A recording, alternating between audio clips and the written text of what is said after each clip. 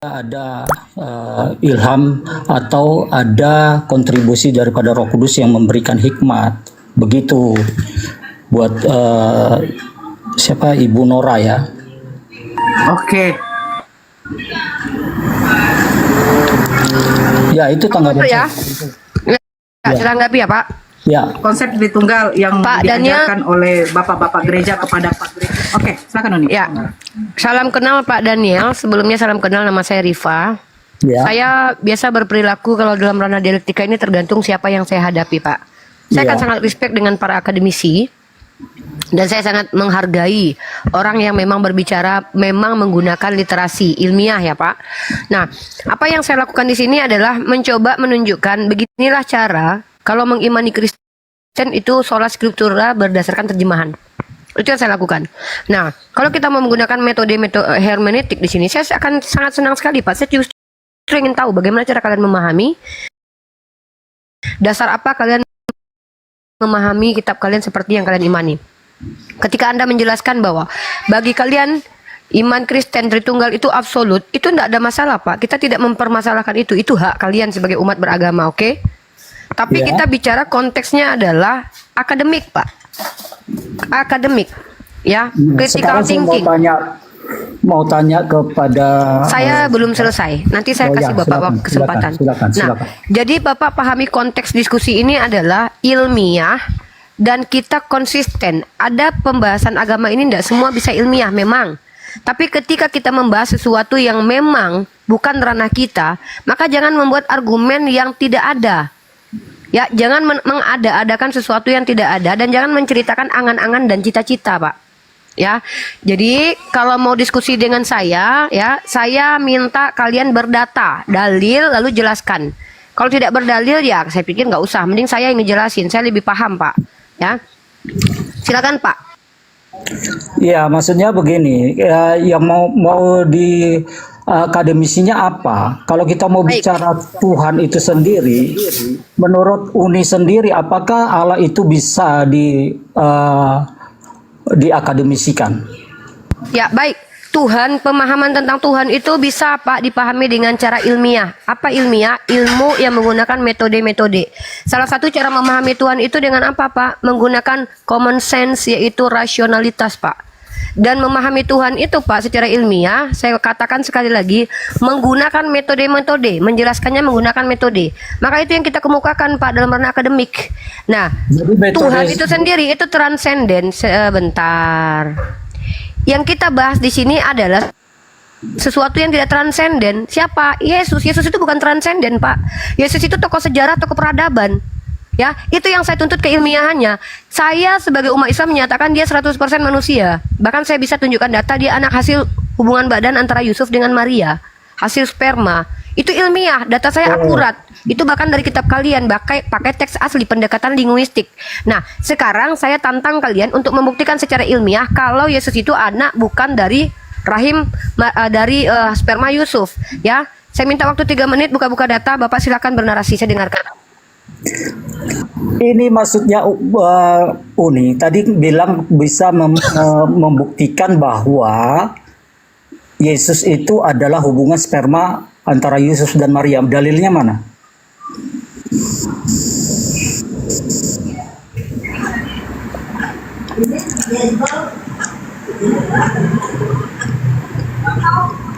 Halo, Uni? Uni? Mana Uni? Uni? Sebentar ya.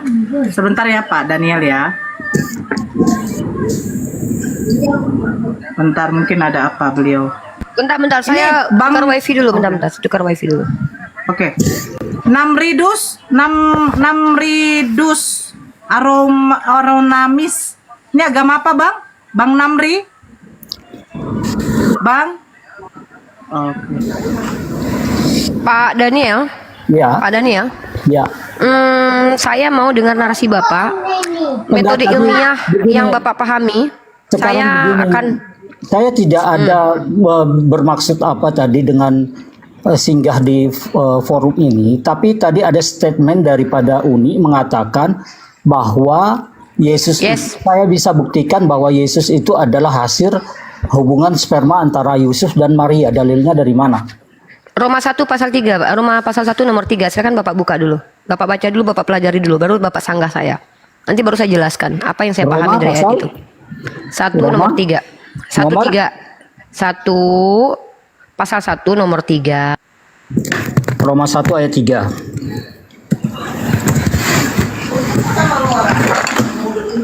Saya bacakan. Tentang anaknya yang menurut daging diperanakkan dari keturunan Daud. Apakah narasi yang ini membuktikan bahwa itu adalah hasil sperma dan hasil daripada Iya, sperma? betul. Karena ya, betul. Karena kata keturunan itu bahasa aslinya spermatos, Pak. Bapak cross check bahasa Oh. Yunaninya, Pak. Jadi kalau spermatos Ya. itu anggapan dari Uni bahwa itu dari hasil sperma. Bukan anggapan saya, Pak. Anggapan secara universal. Kalau gitu tolong tunjukkan sama saya apa arti spermatos menurut kaidah universal, Pak. Nggak usah kita, Sekarang begini, jangan bilang ya. kata saya. Saya bicara mewakili peradaban, Pak. Oke, baik. Peradaban. Baik, Bentar dulu, eh, sebentar. Saya jangan dipotong dulu, sedikit, Pak. Biarkan saya selesai dulu nih. Bapak tadi sudah saya kasih kesempatan bernarasi 3 menit, bahkan membantah saya dengan ayat itu. Bapak ajarkan saya dulu ayat itu. Karena kalau Bapak kembali bertanya kepada saya pasti jelaskan. Kan Bapak yang tanya barusan. Nah, ini bukan pendapat saya pribadi. Ini adalah pendapat universal menggunakan kaidah bahasa Indonesia. Yang namanya sperma itu apa, Pak? Sperma itu bisa dimaknai keturunan. Keturunan yang adalah hasil sperma, Pak. Keturunan kandung, bukan anak tiri, anak angkat. Nggak ada kaitan anak tiri dan anak angkat pakai sperma, Pak. Yang Ya. namanya pakai sperma itu ada kaitan sperma, Pak. Ada kaitan air mani, benih, bibit, keturunan. Itulah yang maksud saya, Bu Uni, supaya Uni juga mau paham. Kalau kita bicara tentang kemanusiaan Yesus, itu kita harus bicara tentang manusia. Tetapi kalau kita bicara tentang keilahian Yesus, kita juga harus masuk dalam konteks keilahian. Jadi jangan kita Jangan membagi hal yang tidak saya bahas. Oh, Tolong justru tunjukkan karena kepada itu, saya Uni, ada Yesus, Bu Pak. Uni, Ada Yesus Bu yang Uni tidak manusia. tahu paham Kristen, jangan berbicara tentang Kristen. Loh. Biar orang Kristen berbicara tentang Kristennya Ya, sendiri. kan Bapak saya suruh bicara di sini loh. Loh, Pak, bukan Bapak begitu. bilang kami tidak paham. Saya terima tuduhan Bapak, bilang saya nggak paham. Wajar nggak kalau saya bertanya kepada orang yang merasa lebih paham sebagai Anda, orang Kristen? Wajar nggak saya bertanya di sini? Nah, sekarang begini, Uni, kalau kita juga bicara, kalau kita sudah bicara, tadi kan kita udah ngomong, kalau bicara soal keimanan Kristen, itu mutlak tentang ketritunggalan. Kalau Anda tidak Waduh, paham, Pak, kalau tidak Anda paham, Bapak nih kemana-mana ini lo kok ngomong Tritunggal. Yang dibahas itu Yesus itu anak hasil hubungan badan, kok malah bahas Tritunggal? nah sekarang kan Mana Bapak ini? Uni tadi Yang bilang saya bahas itu Yesus 8 sebagai ayat 18. Sekarang gini dulu, Anda bicara tentang kemanusiaan Yesus, kami terima.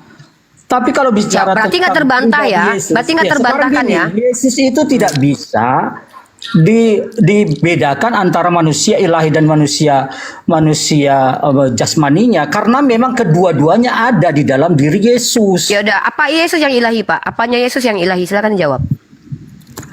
Yesus itu adalah Allah yang diimani oleh Yesus oleh orang Kristen. Berarti yang dilahirkan dari rahim Maria itu Allah. Sekarang gini, Uni, Loh, kan kenapa sebentar saya dulu. mengkonfirmasi Saya akan langsung jawab, lari-lari saya akan gitu loh. jawab, saya akan jawab. Mutar-mutar Pak kita. Saya Saya jadi akan buang jawab, Uni. waktu. Ya, Saya begini, Uni. saya haus sekali tentang ilmu. Bapak Oke, kasih saya sekarang bukan begini, ilmu Uni. tapi tipu-tipu. Saya mau tanya nggak dulu mau. sebelum saya jawab.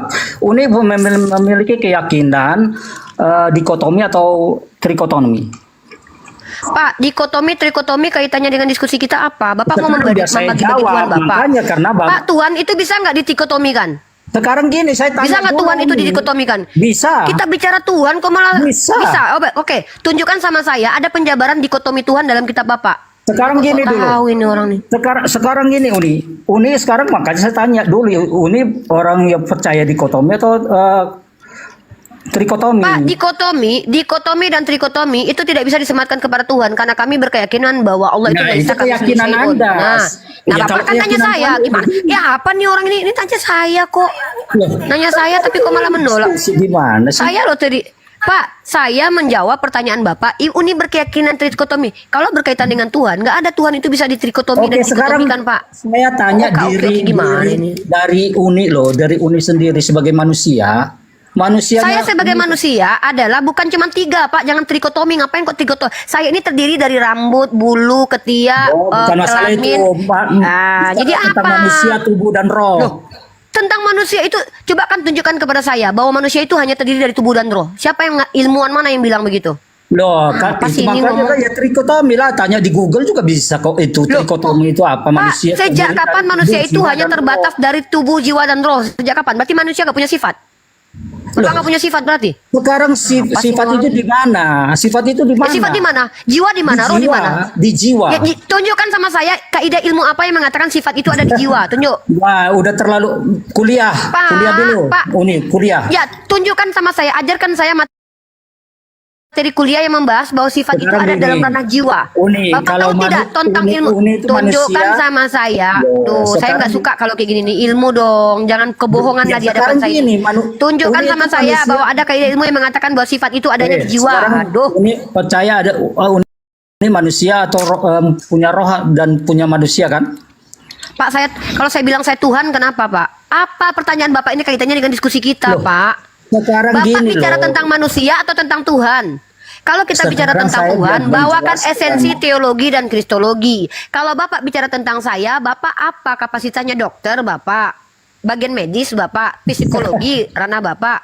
Berikan ilmu ke saya. Jangan Sekarang- pendusta depan saya. Jangan dusta, Loh. Pak. Jangan takiyah. Bukan. Apa sih tadi ini nggak Ini jelas. gimana sih? Kan mau bicara tentang Tritunggal, tentang Tuhan Yesus. Coba bicara definisikan Yesus. udah. Bapak sekarang hak Bapak menjelaskan Tritunggal. Saya mute 2 menit.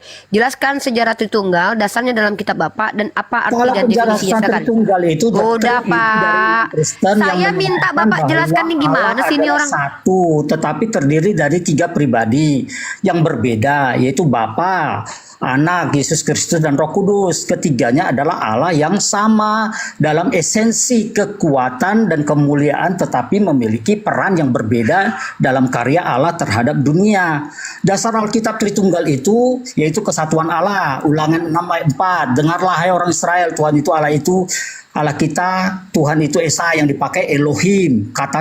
Kata kita, Yesaya 45 ayat 5, akulah Tuhan dan tidak ada yang lain kecuali aku, tidak ada Allah.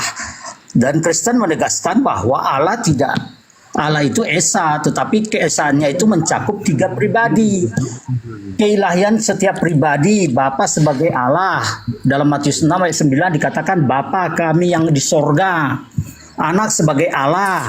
Yohanes 11 ayat 14, pada mulanya adalah firman. Firman itu bersama-sama dengan Allah dan firman itu adalah Allah. Firman itu telah menjadi manusia. Kolose pasal 2 ayat 9, sebab dalam dialah berdiam secara jasmani seluruh kepenuhan kealahan. Nah, kemudian Roh Kudus sebagai Allah, Kisah Para Rasul pasal 28 ayat 19, baptislah mereka dalam nama Bapa, Anak, dan Roh Kudus. Dalam 2 Korintus 13 ayat 13 mengatakan kasih karunia Tuhan Yesus Kristus, kasih Allah dan persekutuan Roh Kudus menyertai kamu sekalian.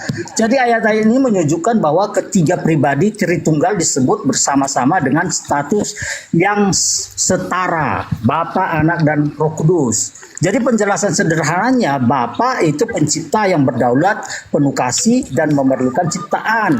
Anak adalah Allah yang menjadi manusia untuk menyelamatkan umat manusia melalui pengorbanannya di kayu salib. Roh Kudus adalah kehadiran Allah yang bekerja dalam hati manusia yang memberikan kekuatan dan penghiburan. Begitu, Uni. Udah. Ya. Saya mau bongkar pendusta di Komal Islam, yaitu Bapak. Bapak membohongi kami umat Islam, ya. Kedustaan Bapak saya bongkar dari data yang